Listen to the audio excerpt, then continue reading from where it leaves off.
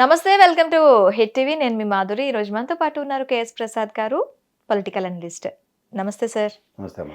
Sir, Chandrababu Naidu గతంలో ఆంధ్రప్రదేశ్కి వెన్నుపోటు పొడిచారు అని గతంలో 2019లో వైఎస్ఆర్సీపీ ఒక స్లోగాన్ ప్రత్యేక హోదా వద్దు అన్నారంటే దానికి ఇదేంటి అథెంటికేషన్ ఏంటి అని చంద్రబాబు నాయుడు అండ్ కో అడగడం జరిగింది. దానికి పీయూష్ గోయల్ ఒక సమాధానం చెప్పారు. అలాగే ఇప్పుడు ఉద్యోగ కల్పన, అసెంబ్లీ సాక్షిగా ఉద్యోగ కల్పన మేము ఇన్ని చేసాం, మేము అన్ని చేసాం, నిజంగా కావాల్సిన ఉద్యోగ కల్పన ఇప్పుడు ఈ కూటమి ప్రభుత్వంలో జరిగిందంటారా? లేదు కదా.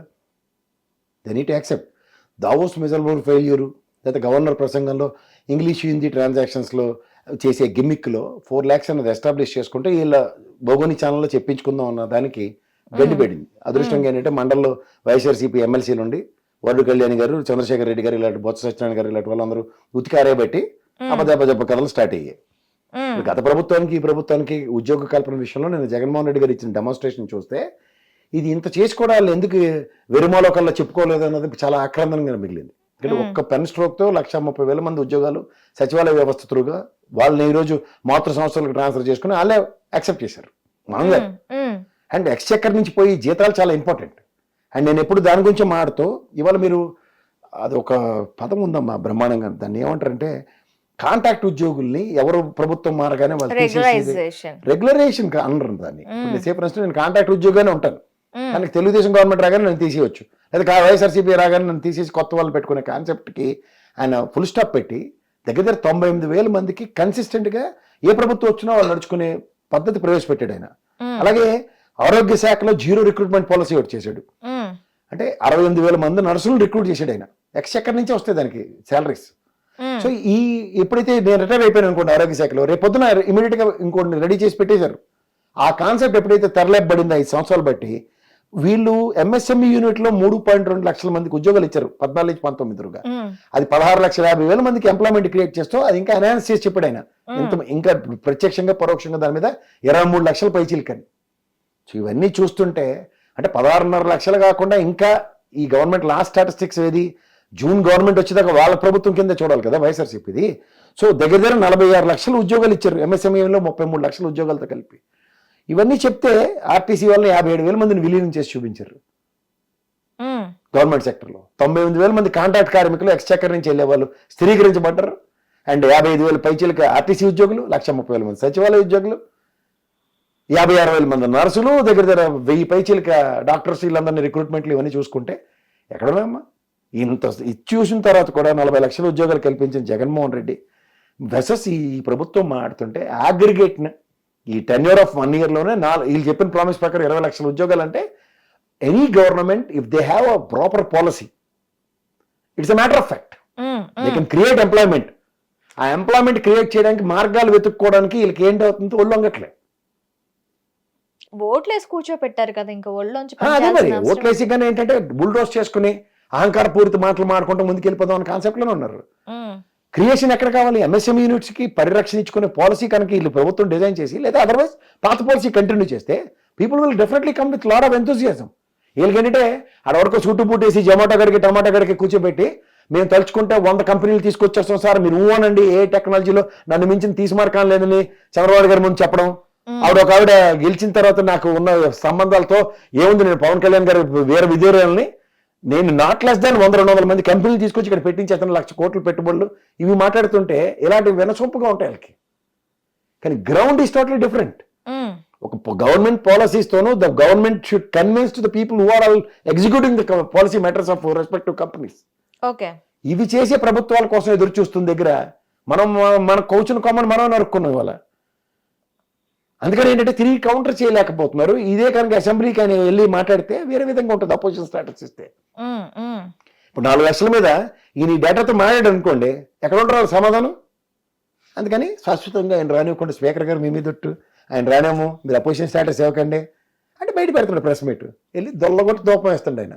ఇప్పటికైనా జనాల్లో జగన్మోహన్ రెడ్డి చేసింది ఏంటో ఖచ్చితంగా చెప్పే అవసరం ఉందంటారు. ఇప్పుడు ఎప్పుడైనా సరే మన నాన్నగారు మనకి ఇంట్లో ఏం చేస్తాడంటే, నేను ముఖ్యమంత్రి స్థానాన్ని ఎప్పుడు ఆ చేరింది తండ్రి స్థానంతో పోలుస్తాను. తండ్రి నా కొడుకుని ఇచ్చేసాను, నా పిల్లలకి ఇచ్చేసానని ఏ రోజు చెప్పడు. అవును. ఆయన బాధ్యతగా ఆయన చేసుకుని వెళ్ళిపోతాడు. అదే ముఖ్యమంత్రి చేసి వెళ్ళాడు. అవును. దానికి మనం పబ్లిసిటీ లేదు ఆయన చెప్పుకోవడం లేదంటే నేనైతే ఏకీభవిస్తూనే విభేదిస్తాను.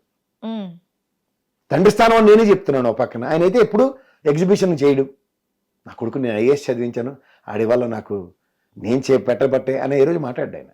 అలా ముఖ్యమంత్రి కూడా నా రాష్ట్ర ప్రజల్ని ప్రజాస్వామ్యంలో ప్రజల చేత ప్రజల వలన ప్రజల కొరకు ఎన్నుకోబడిన ప్రజాస్వామ్య ప్రభుత్వ అధినేతగా ఖచ్చితంగా అది నా బాధ్యత అనుకుని చేశాడు.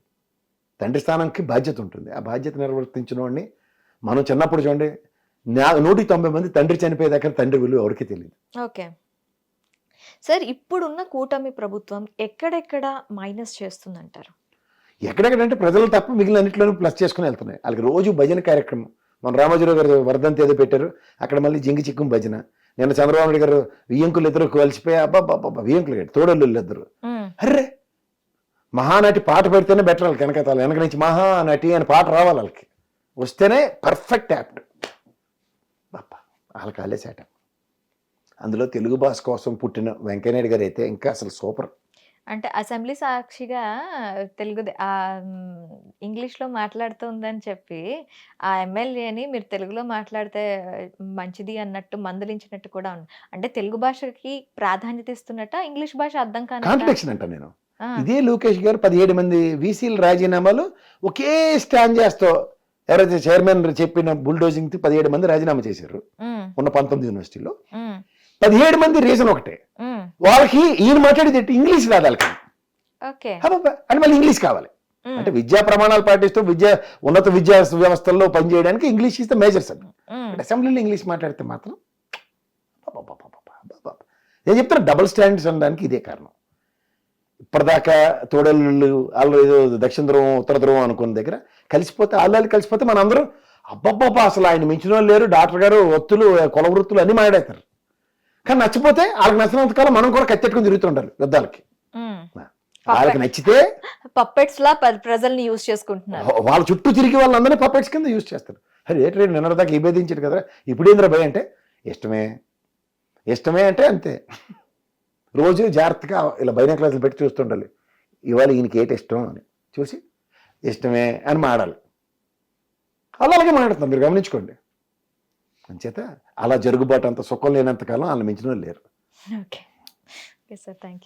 హిట్ టీవీ యాప్, ఇందులో short news, live news, entertainment shows, movies, digital magazines తో పాటు మీ జిల్లా వార్తలను కూడా ఫ్రీగా చూడొచ్చు. అంతేకాదు కేజీ నుంచి పీజీ వరకు విద్యార్థులకు స్కాలర్షిప్ కూడా అందిస్తున్నాం. ప్రతి వారం 10 మందికి లక్కీ డ్రా ద్వారా ఒక్కొక్కరికి 10,000 రూపాయలు అందిస్తున్నాం.